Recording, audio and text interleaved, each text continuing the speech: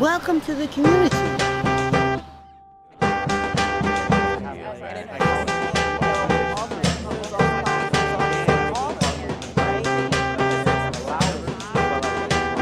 My name is Vatic, Astahili, Tayari, Kuumba. My artistic practice really stems from, the imagination of words, and then how to manifest those in different forms.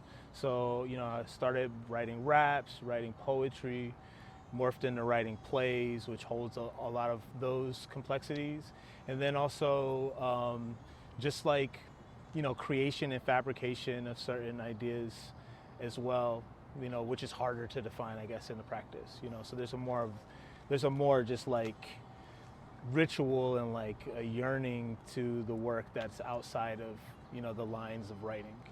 Right now we're like in this marsh of all this trauma that's been happening, and it's been happening. So like when I came up here, it was like right after, like couple years, like after Trayvon Martin happened, just like a couple months after Trayvon Martin happened, I was coming up here, and I just remember having like arguments with different friends and like talking about that tragedy. Once I got an opportunity to like create a play, it was like pulling in a bunch of different ideas, and that was a central idea. It was like, what kind of a world would it be where there could be bulletproof hoodies and they could just be accessible, and like people could just have them and I could just throw it on.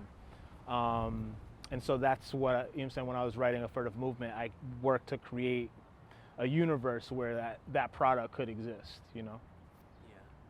Which they do exist. They do exist in this reality, but when I was writing it, it wasn't, they didn't make hoodies that you or I would wear, right? And right now we're seeing the bulletproof backpacks and things like that. Even my idea of a bulletproof hoodie is not solving something at its root. It's really a survival thing, It's survival gear and a survival mode. And I do think that with that first sets of traumas,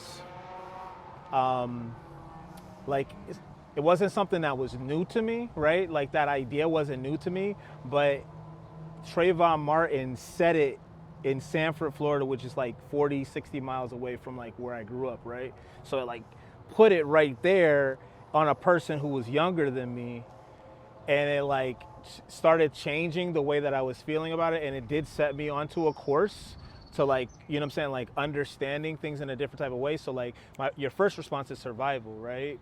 And then like you move on from that. So like I do want to like have the art to be like more reaching, and I think like in that world that I was creating, that's what these philanthropists, that's what the institution folks were working to do. Is like, we're gonna have a prize to stop, these murders. How do we stop people from being killed? We're gonna put capitalism at it, right? Like, how much money can we throw at this problem? And so you get a bunch of band-aids. And so like that's really what that work came out of. Yeah. How do institutions help your process, or perhaps don't help your process? There are systems that are set up, and if the systems are like machines, right? Those machines were created by folks who had an intent on making profit from enslaved labor.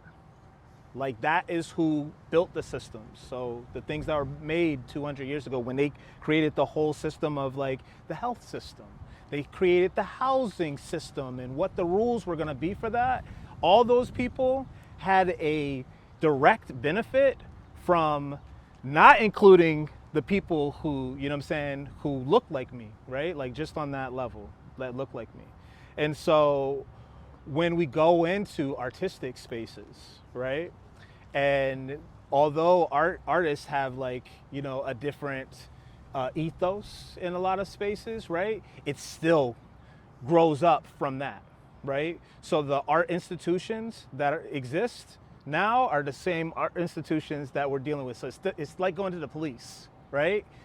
We might call them an art institution. So my understanding of it is different now. But when I was like moving into those spaces, there were ways in how folks will help help prop you up in a certain type of way. They may give you a Band-Aid, right? But they're not necessarily going to give you the support that is going to allow for you to stand and evolve and like develop into the voice that your art needs to be, and also maybe the art that the human beings that want to ingest the art want to hear, right? So they're not necessarily open to that anticipation. They're connected to tradition. And as we just said, the tradition is based off of, we could say Shakespeare, right? So if I were to go into a space and say, I'm well studied in Shakespeare, right? I learned a lot about Shakespeare. I know all about that structure. And if I'm coming in and I'm creating something that is connected to that structure, then it's going to be easier for them to understand that as art, right? And so I don't read Shakespeare. I don't. Mm-hmm. I don't go to see Shakespeare plays. I don't listen to the audiobooks, any adaptations on purpose, because I want to ingest all the things that have been hidden. Not that Shakespeare is bad, right? But I want to ingest the things that have been hidden and erased from us. How do you get the support you need to grow as an artist? The support comes from, like the spirits, the spirits that are walking amongst us that we can see, and then also the spirits that we feel. Like that's where the real support comes from. So like institutions aren't giving support. They are not working to develop artists. They're not creating spaces for local artists to create art and to experiment with their voice. Mm-hmm. May let you come in and do some sort of like classes. Mm-hmm. They might let you come in and do some classes. They might give you a desk job, right? They might let you have some space to do some readings, right? But if you look at what their budget is and what they're actually putting resources to, it is not to developing art or artists in the community. How does that translate today into your work with institutions as a cultural worker in the city? Yeah, for me, art is like, there's different waves of art, mm-hmm. right? Mm-hmm. But like at its mm-hmm. like purest and most like impactful, it's sacred, right? And for me to like hold on the engine that helps hold on to the sacredness, for me at this moment, is like secrecy. So like the majority of the art, the most impactful art that I have is more secret art, right? It's art that's happening in a park in the middle of the night, right? It's art that's happening, on the beach with the moonlight, like too dark to get any video for, right? Like that's where the real art is like happening for me. And like I've been holding on to that. With the institutions that I do work with, we will bring in tenets of art and creativity in those different spaces where we can like have a conversation about a particular problem, right? So if we're talking about there's a problem with air quality in housing, right? Or if we're talking about policing in Providence, right?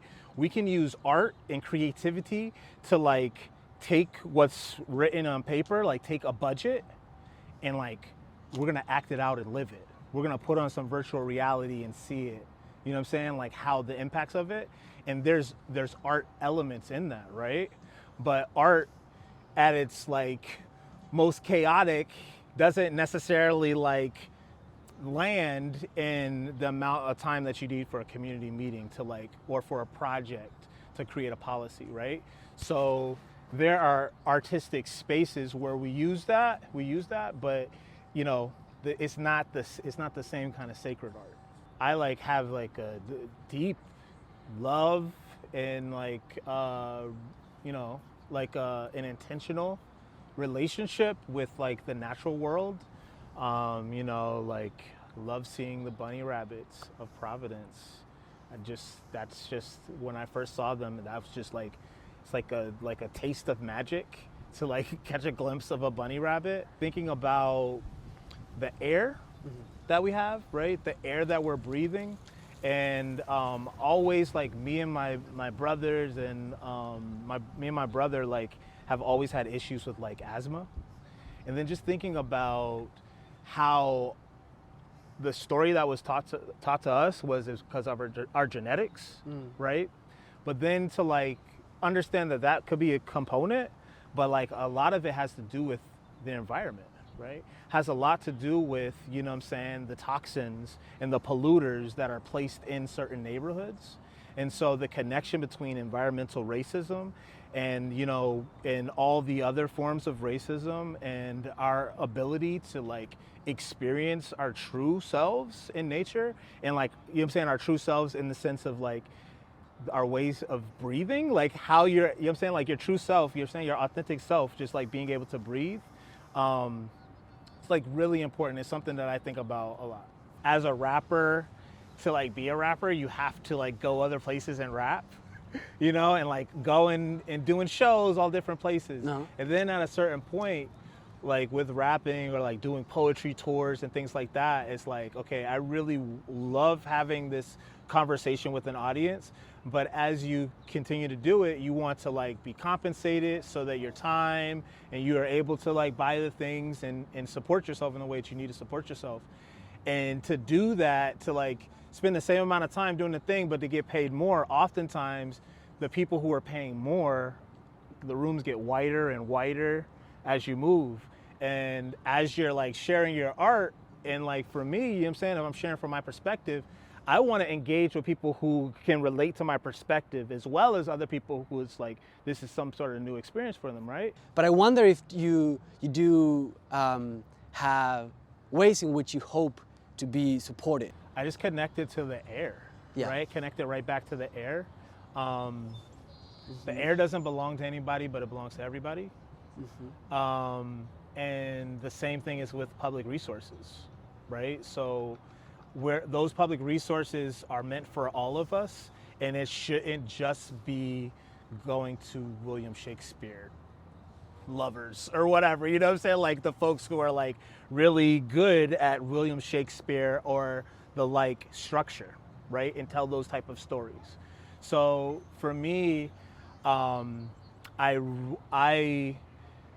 do want to invest my time and working with other folks to write this, like to shift those systems in a way so that there can be sustainable models so that folks are able to create and experiment and develop their voices. How many voices are involved in choosing those plays, right? So it's like things like that, or like dance, you know what I'm saying, recitals, and who's coming in to do the, you know what I'm saying, like the big stuff at the PPAC or whatever, right? Like local artists, most of them are not gonna have an opportunity to be on those big stages and be produced or even raise money to produce something in those spaces. And I wanna see a Providence where those things are allowed and people are able to develop their voices. And it doesn't have to be everybody at the top at once, right? But it is to say that what are the resources on the ground foundationally where we're working together and we're getting really good at it. And then once we're really good and we can really tell our story and we know what our voice is, you gotta give us the stage. Part of like my practice during like the first wave of COVID really came upon us. Me and my family and a lot of our friends were dealing with death, right? I would take a walk every day, and on the weekends I would take like my long walk, which would be like a memorial walk. And for me, that was around like 6 miles round trip.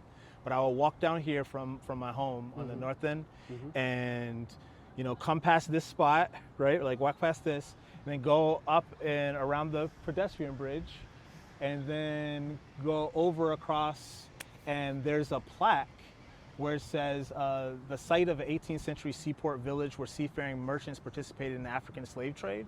Like that's what the plaque says. It has a little bit more to it as well. But I would come by and I would read that every Friday, Saturday, and Sunday as like my memorial walk. And so like in doing that walking and that, you know what I'm saying, like it connecting all the different things together. Yeah, it's a healing practice, and it's also connected to like the healing practice of the art, right? So like the walking was healing, There's been times when, you're in a situation where you're like actively, directly being oppressed, right? Like you're being grabbed by a police officer, or you're being woken up in your car by a police officer, and they're telling you something, whatever, right? Like things like that have happened to me, right? Where I'm in a situation where actively someone is gaslighting me and telling me that I don't deserve my reality. And it's helpful to know that there are people outside of that space and that time that love me, right? And that care about me, and I do deserve it. And so in a certain type of way, if this was the site of an 18th century seaport village, like we here outside of those folks' space and time, right, are witnessing that. So like bringing that art here, this place has become that type of place for me. You know what I'm saying? It has become a memorial space for me. And the things that I've been developing, I have like, I call it intuition to performance method, and it's like kind of based off of like the research performance method, whatever. But like, instead of like starting with like research to performance, it's like you start with your intuition, and you start with just like the voices in your head and like what you're hearing, and you start creating that. Just write all of that stuff down. Then you go to open mic and share it, or then you do some readings with some friends, or you do some, readings amongst actors or whatever. And then you're gonna hear from those folks, and people are gonna tell you, okay, I like this, I like that. Even if they don't say it, they're gonna laugh when you want them to laugh. They're not gonna laugh. You're getting some feedback from them. And then with that feedback that you got from them, then you're gonna go into your deeper research, and you're gonna learn everything that you need to know about asthma rates, or whatever the thing is, right? Or you need to know everything you need to know about the police and the budget. You learn all of that, and you got it inside you. You listen to all the podcasts. You watch, you know what I'm saying? So you got all that research. And then you go in with your second draft, you know what I'm saying? And start putting those things in. Then you have another feedback session, right? Maybe that's just with your close colleagues and other, you know what I'm saying? You get it from the animators, or you get it from your, you know what I'm saying, your director. You get that feedback in there. And then hopefully you're pulling it into like closer to a final draft with some editing. How our art and how our processes with our art can be like working to like transform, you know what I'm saying, our systems in our world that we're in.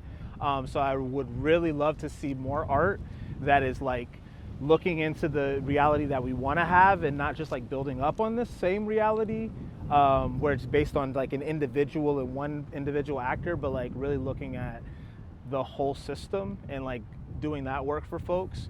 And then, you know what I'm saying, finding ways to have talkbacks, finding ways to like really like push and change our audience. I want us as artists, and even those artists who like have figured out ways to get produced and become successful, I want those master artists to be subversive and open the portals for the rest of us, right? Because like maybe you're not the person that's, you know what I'm saying, gonna produce that. Maybe you didn't want to write it, but you know your homeboy that you went to school with who's, you know what I'm saying? Like, who didn't get produced. You know their work.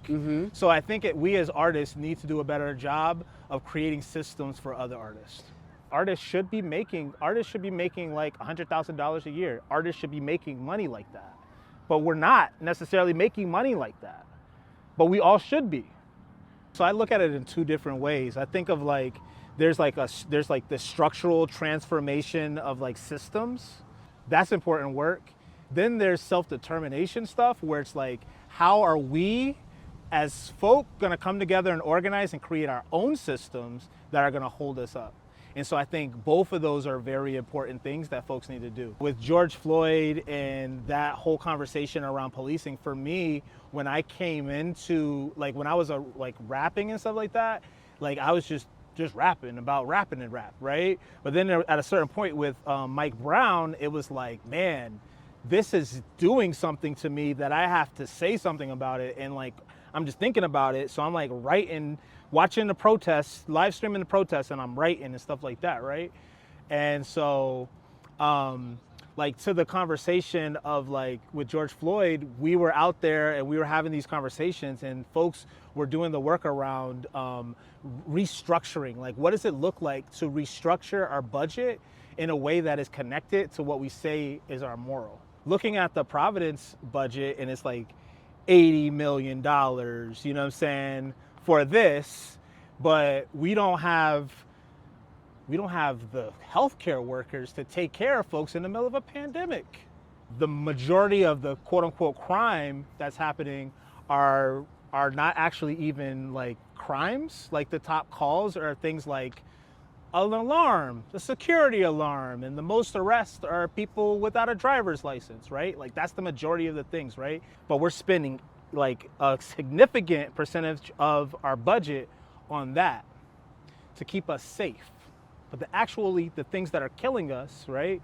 The number one cause of death, right, are like car accidents, cancer, you know what I'm saying? And then I think COVID was the, you know what I'm saying? And heart disease, cancer, and then COVID was the number 3 or whatever, right? Those are the things that are killing us, but we're not putting our money into that, right? So like looking at those type of things, how many police officers we have versus how many paramedics we have, it's just like, it makes you feel like you're in a different world. The things that are making us unsafe is our whole system was set up in a way to enslave these Africans, right? The folks here, and we're still suffering from that system that was built on all the different fronts, from the environment to the criminal justice system to the education, and we could just keep on going and naming systems. And so I think we as artists must be in politics. We must be in self-determination programs, and we can't solely be creators, right? That's an old European idea. And so like this idea came to me like from this person, her name is Vicky Meek. And Shea Rivera Rios brought Vicky Meek out here and to do a talk, and she was doing a talk over at Brown University. And she talked about, at Rights and Reason, and she was just talking about like art as like, art was ritual. Art was something that people did, and it wasn't until like specialized labor where it could be like, I'm this specific, I'm a crafts person, I'm this, I'm gonna be, she didn't say it like how I'm saying it, but this is art. This is art, and I'm specialized as art, and I'm an artist, but everybody was artists, right? That's like, right. We look at our children, right?